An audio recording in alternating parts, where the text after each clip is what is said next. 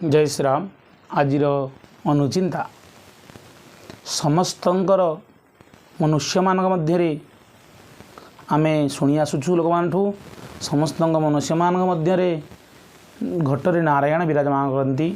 प्रत्येक गीतार मध्य कहुई वृक्ष लता पशु पक्षी एवं प्राणी मान मध्य निर्जीव जीव मान मध्य नारायण वास करती।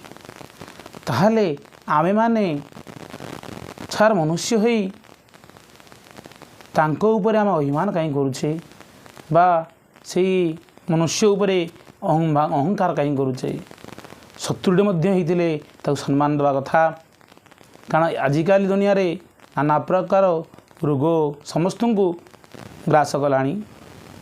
ता मध्यरु बीपी एवं मधुमेह रोग भाग सुगर कहा जाए। आ बीपीटा को आमर रक्तचाप बोली कहा जाए। से लोक मध्य एते भाव प्रभावित है समस्त घरे बीपी सुगर मध्य रही।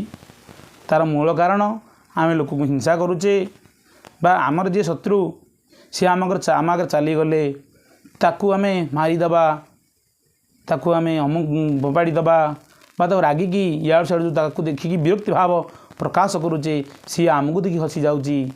आम भावुचे ताकू आम रागिकी डरई देले किंबा ताकू आम आखि देखी क्रोध होगी ताकू आम किसी दबई दबा ना सी दबुनी।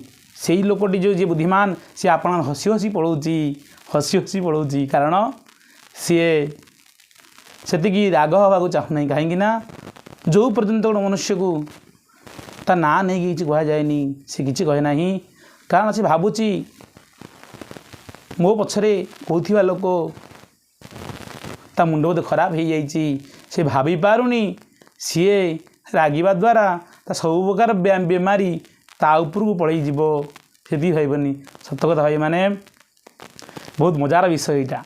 कारण आमे रागुचे आम पाखे थी शत्रुटे को जाऊँ आम पाखे शत्रु कह जाए शत्रु क्या कह जाए शत्रु कह जाए आमर कौन हित करदे आम कथा मानिलानी किंबा आम कथा शुणिलानी से आम अभिमान राग से शत्रुता आचरण कराए करूँ कहीं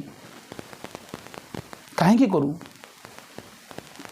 कौन करवा ठीक ना ताको ता बाटे चलिया को दियो तमें बाटे रुह